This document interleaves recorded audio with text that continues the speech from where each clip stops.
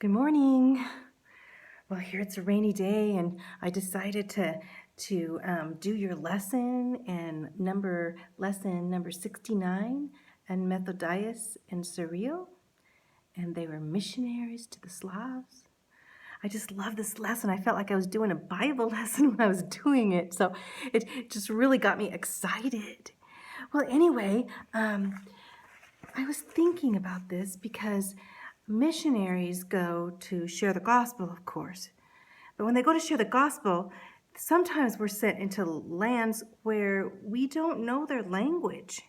And so it comes very hard. We have to have translators, and then you have to trust the translators that they're translating right. And sometimes that's a little hard because they have a hard time translating sometimes. I know that by going to Russia and to other places too. In fact, when we went to Papua New Guinea, they had to translate from one language into another language and then to another language because they were like 900 language in Papua New Guinea. How important. And then translating the Bible into all those languages because they were jungle people and they did not know how to read and write.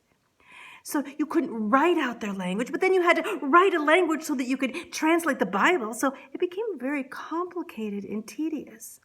We find the same thing back in history, too.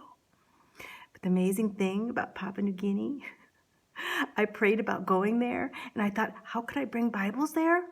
And somebody said, well, Bibles are very expensive, and they can't read them anyway in their language.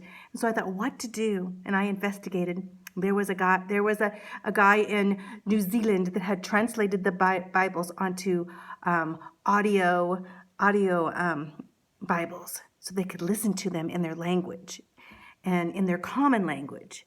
And so he had no way to get him to Papua New Guinea, and we were just going to Papua New Guinea, so I told him about him. And then I thought, how is he going to get it? I gave him an address, did not know when he was for sure. I told him why I thought we were going to be there. I never heard from him. Here we're out in the jungle, and there's one little road that's really dangerous, and we flew in, but on this little road came this truck, and up came the truck. And they said, oh, we have a message.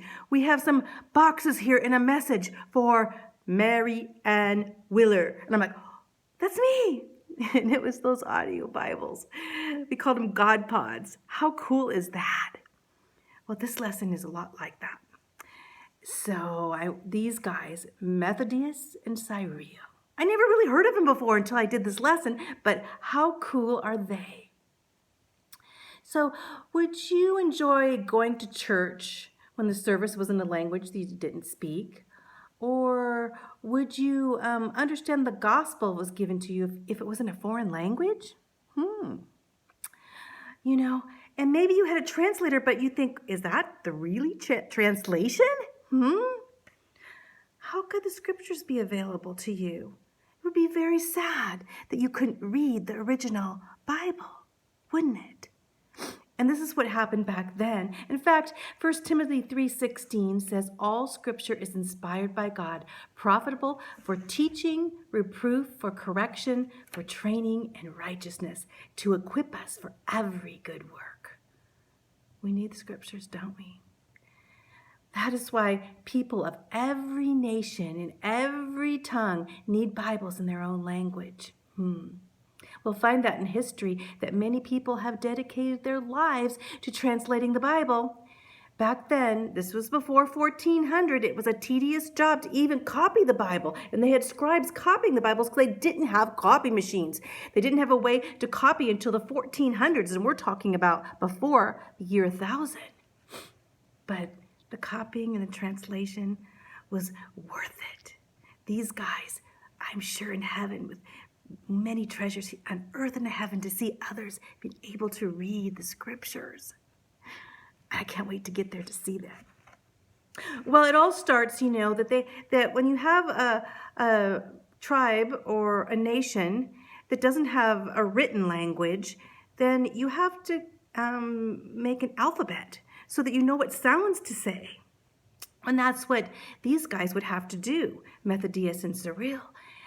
They had to have a set of characters to write them down. And then they had a set of symbols. And the symbols became words, just like in our alphabet, so that we can read and that we can write and communicate. The Bible back in this time It was during a time that mainly the translations of the Bible, first they were in, of course, Hebrew and Greek and a little bit of Aramaic. So we know that the Greeks could read the Greeks and the Jews could read the Hebrew and the Aramaics could read the Arabs could read the Aramaic. But then what about everyone else? Well, the first translation, of course, was by the Roman Catholic Church, and it was called the Vulgate, and it was a translation in Latin. But hardly anybody spoke Latin. That was crazy. But they had all their services in Latin, and so you'd all these people going and listening to somebody speak in Latin, and they couldn't understand a word they said.